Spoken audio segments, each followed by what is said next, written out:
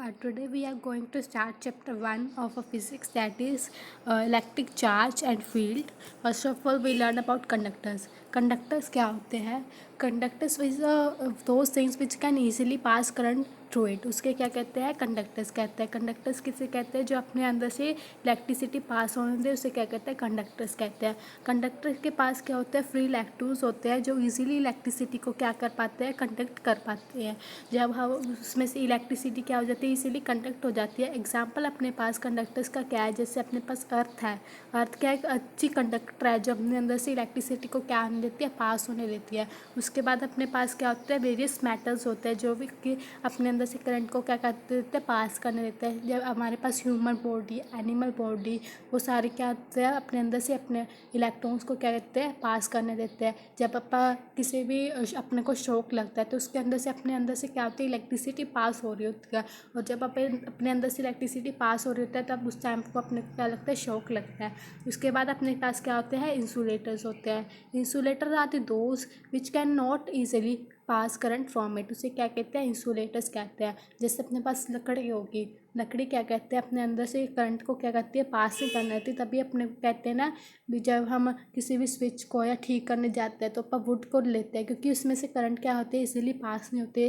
इसलिए हमें उसे क्या कहते हैं? इंसुलेटर्स कहते हैं. उसके बाद अपने को पास क्या आता है? इलेक्ट्रिक चार्ज क्या होते हैं? अपन किसी भी बॉडी को कैसे करने देते हैं? 3 मेथड होते हैं अपने को किसी भी बॉडी को चार्ज करने के लिए. अपने पास 3 मेथड कौन कौन से होते हैं? पहला मेथड होता है charging by friction. Charging by friction में क्या होता है? पर किसी भी बॉडी को जब 2 बॉडीज़ को आपस में रब करते हैं तो चार्ज के क्या होता है? ट्रांसफ़र होते हैं from one body to another body. उसे क्या कहते हैं? Charges by friction. अपना जब भी कोई भी व्हीकल है रोड से क्या कर रहा होता है? पास हो रहा होता है तो उसकी जो टायर और रोड के बीच में क्या होता है? फ्रिक्शन प्रोड्यूस होता है. इससे टायर क्या होता है? रबर इंसुलेटिंग होता है ताकि वो क्या कर सके?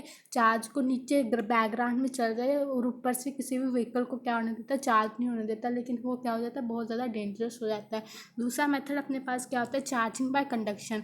चार्जिंग बाय कंडक्शन में क्या होता है? जब हम किसी भी 2 बॉडीज़ को क्या करते हैं? आपस में टच करते हैं तो कुछ अमाउंट ऑफ चार्ज क्या होता है? एक दूसरे से ट्रांसफ़र हो जाता है. जैसे एनसीईआरटी के अकॉर्डिंग जब आप किसी भी सिल्क क्लॉथ को रोड के साथ क्या करते होते हैं? रब करते होते हैं. ये अपने पास क्या है? सिल्क का क्लॉथ है और इधर अपने पास क्या है? रोड है. जब आप सिल्क क्लॉथ को क्या करते हैं? रोड के साथ क्या करते हैं? रब करते हैं तो इलेक्ट्रॉन्स क्या होते हैं? सिल्क क्लॉथ से लेकर रोड में क्या हो जाता है? ट्रांसफ़र हो जाते हैं. और सिल्क क्लॉथ के पास तो क्या आ जाता है? पॉजिटिवली चार्ज होता है और रोड के पास क्या आ जाता है? नेगेटिवली चार्ज आ जाता है. क्योंकि सिल्क क्लॉथ में से कुछ अमाउंट ऑफ इलेक्ट्रॉन क्या हुए हैं? लूज़ हुए हैं और रोड के पास कुछ अमाउंट ऑफ इलेक्ट्रॉन क्या हुए हैं? ऐड हुए हैं. जिसके कारण वो क्या होता है? उस पर नेगेटिवली चार्ज आ जाता है, उस पर क्या हो जाता है? पॉजिटिवली चार्ज होता है, जिसे हम चार्जिंग बाय कंडक्शन कहते हैं. नेक्स्ट में अपने पास क्या आता है? जब अपन किसी भी रोड को जो अपने कैट होती है उसके फर के साथ अपन रब करते होते हैं तो फर के से जो इलेक्ट्रॉन्स होता है वो ट्रांसफ़र हो जाते हैं अपने सिल्क क्लॉथ में.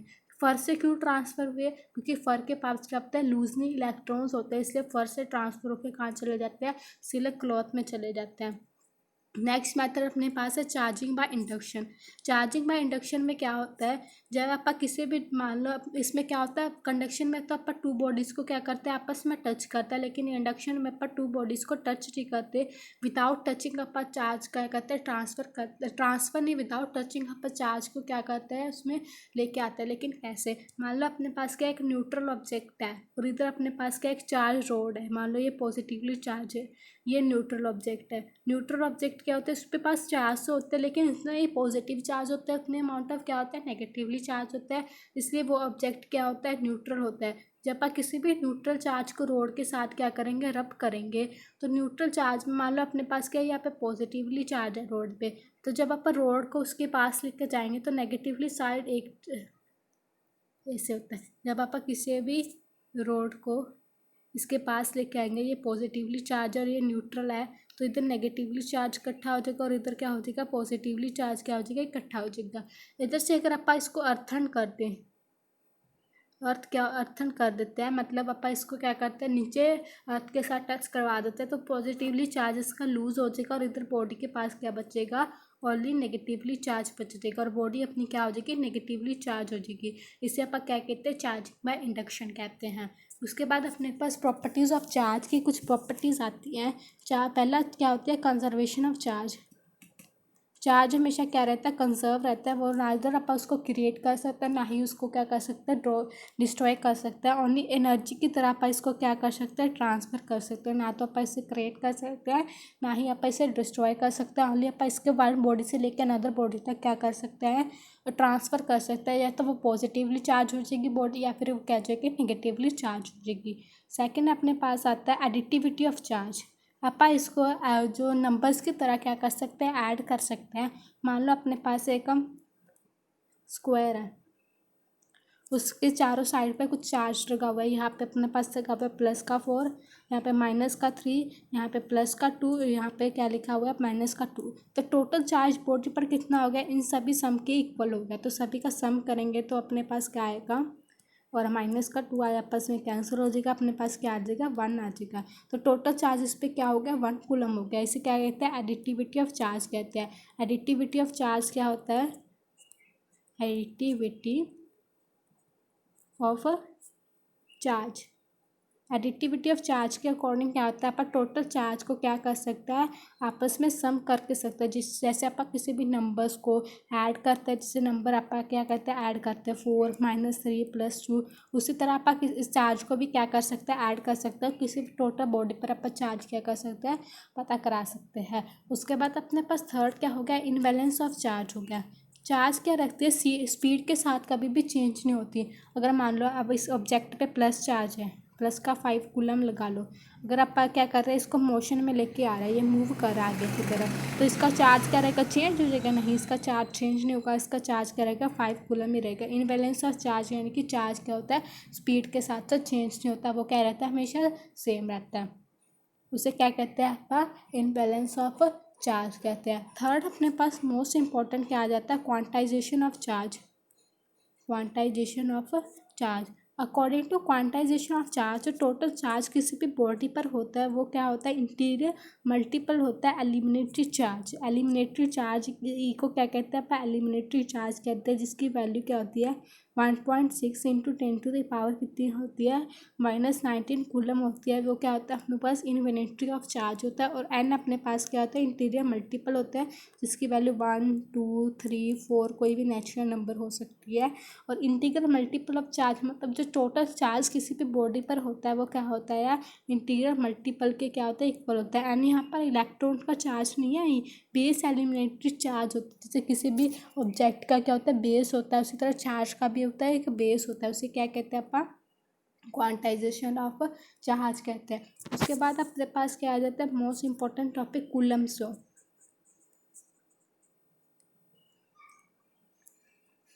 Coulomb's law, according to Coulomb's law किसी भी ऑब्जेक्ट पर क्या होता है, फोर्स कितना होता है, 1/4πε0 Q1 Q2 और बाय में R1 का स्क्वायर। ये क्या होता है, इन्वर्सली प्रोपोर्शन होता है आर के डिस्टेंस के स्क्वायर के।